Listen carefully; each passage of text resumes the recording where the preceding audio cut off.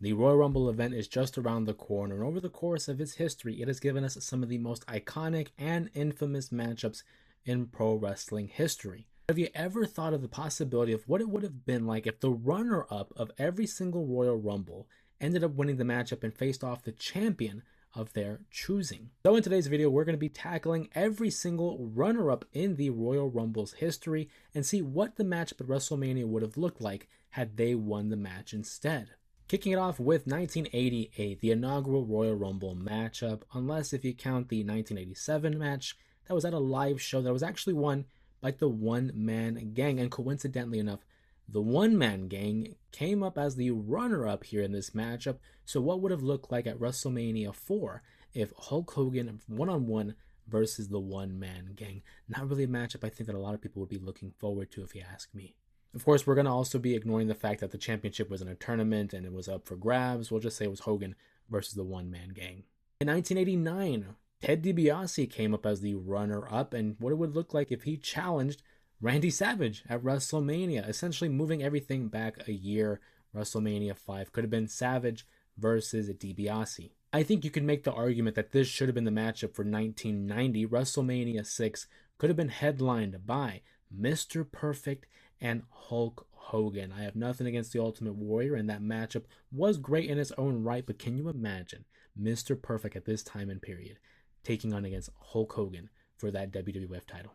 There's not much to say about the 1991 Royal Rumble event, as it was Earthquake who was the runner-up, so WrestleMania 7 could have been Earthquake against Sergeant Slaughter.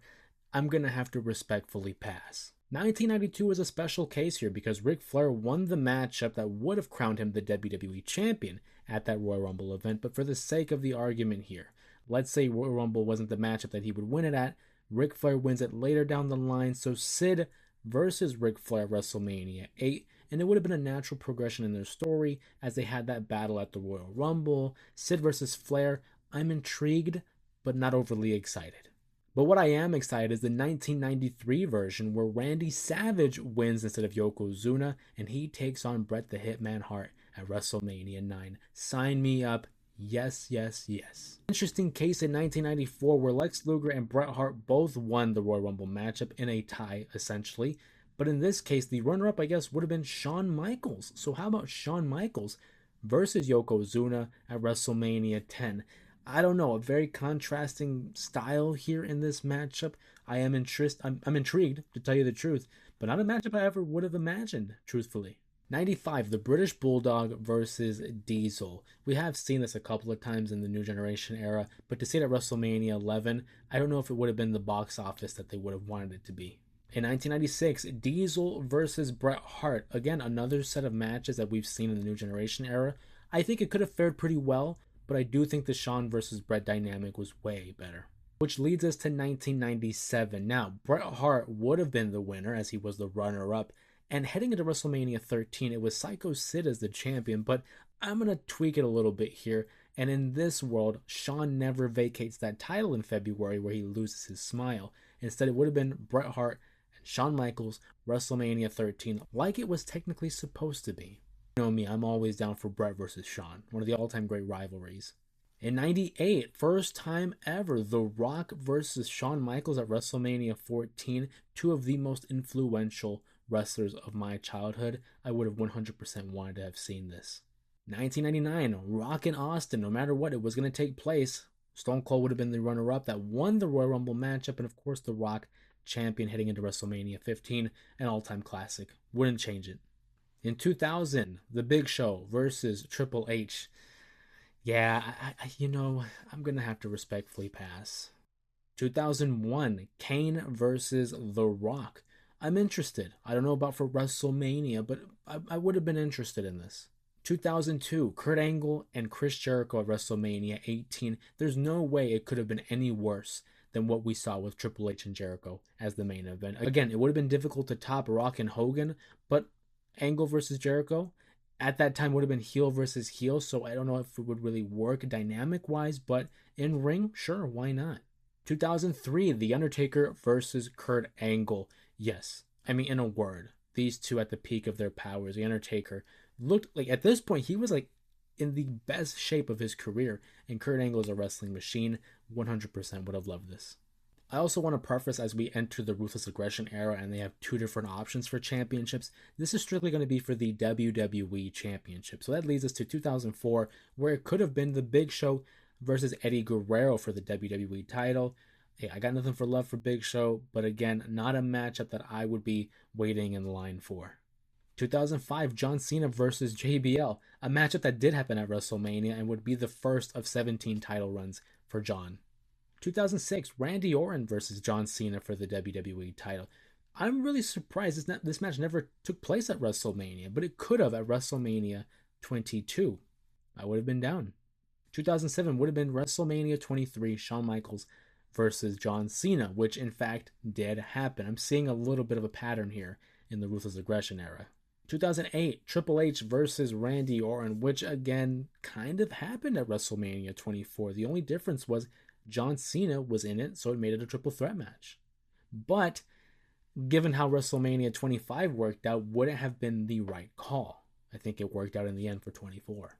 2009, WrestleMania 25, Triple H versus Edge. Styles, I mean, it might have worked. It might have. I'm pretty sure it would have been better than the Randy match. 2010, John Cena versus Batista at WrestleMania 26. I was, of course, in attendance for this matchup, and obviously it did take place. It happened. 2011 is such an interesting one because Santino Marella could have won that Royal Rumble matchup had he been a little bit smarter with his efforts, and he could have challenged The Miz as the main event of WrestleMania 27, as if that WrestleMania isn't already considered one of the worst. 2012, Chris Jericho versus CM Punk at WrestleMania 28. This one happened, and it was a pretty damn good match. In fact, it's probably my favorite matchup. Well, one of my favorite matchups of WrestleMania 28. They did have a three-header for that matchup. 2013, Ryback versus The Rock at WrestleMania 29. Hell no. No. Absolutely not. Absolutely not. No. No. No. 2014, Roman Reigns versus Randy Orton at WrestleMania 30. What could have been? I mean, Roman Reigns really was on a ride there at WrestleMania 30. Coming off of the Royal Rumble event, he had eliminated 12 individuals, breaking the record. Maybe this could have worked. I mean, obviously not with the whole Daniel Bryan situation, but would have been interesting. 2015, Rusev versus Brock Lesnar. I'm down. I'm down for a classic Godzilla King Kong type of a matchup. I don't know who would have been the babyface at this time, but I would be interested. In 2016, we had a similar situation to the 1992 Royal Rumble where the winner wins the WWE Championship. But heading into WrestleMania 32, it was Triple H as the champion, but his runner-up would have been Dean Ambrose. So what if Ambrose fought Hunter at WrestleMania 32? I don't know about this one because Ambrose versus Lesnar was not good. Roman versus Hunter was not good. So what makes me think that Ambrose versus Hunter would work? I don't know. In 2017, Roman Reigns versus WWE Champion Bray Wyatt. Yeah, I like the story that we could have told here. You know, two rising stars, the Shield versus the Wyatt family, a story based off of deception and betrayal off of the audience, and maybe kind of like Bray Wyatt trying to lure Roman to the dark side, very similar to his WrestleMania 30 feud with John Cena. This could have worked. 2018, Roman Reigns versus AJ Styles. Oh my god, like their matchup at Extreme Rules in 2016 was awesome. At this WrestleMania 34, why not? I wasn't a big fan of Roman versus Brock. AJ and Shinsuke left a lot to be desired. This probably would have killed it. 2019, Braun Strowman versus Daniel Bryan. Now, the only issue I have with that is that Bryan was kind of running as a heel, but him as a babyface against Braun Strowman, that could work, a whole David and Goliath type of situation. 2020, Roman Reigns versus Brock Lesnar. Skip. We've seen it enough. We've seen it enough. Keep the list going. 21, Randy Orton, Bobby Lashley. This one is refreshing. A matchup that we haven't really seen. I don't know if we've ever actually seen this matchup, but at a WrestleMania, Randy and Bobby, I would not be mad at this. 2022, Drew McIntyre versus Brock Lesnar. Funny enough, Brock Lesnar won the Royal Rumble and Drew was the runner-up, so it kind of works. And it also would have been the first time these two would be fighting in front of an audience because at WrestleMania 36 there was no audience there, so this could work. 2023, Gunther versus Roman Reigns. I'm surprised we've never seen this matchup, at least at this magnitude, but this match would have killed it. Whether it was heel versus heel, this match would absolutely knock it out of the park. 2024 CM Punk versus Roman Reigns. This match could still very happen. I mean, maybe not for the WWE title, maybe for the world title, but this matchup has all the story that you could have in it. The Paul Heyman aspect, Punk leaving a decade ago, him bringing the Shield into the fold. This matchup would feed generations. In 2025, a matchup that actually did take place, John Cena versus Cody Rhodes, and I really rather forget that matchup. It wasn't all that was cracked up to be. At least they made up for it at SummerSlam, though.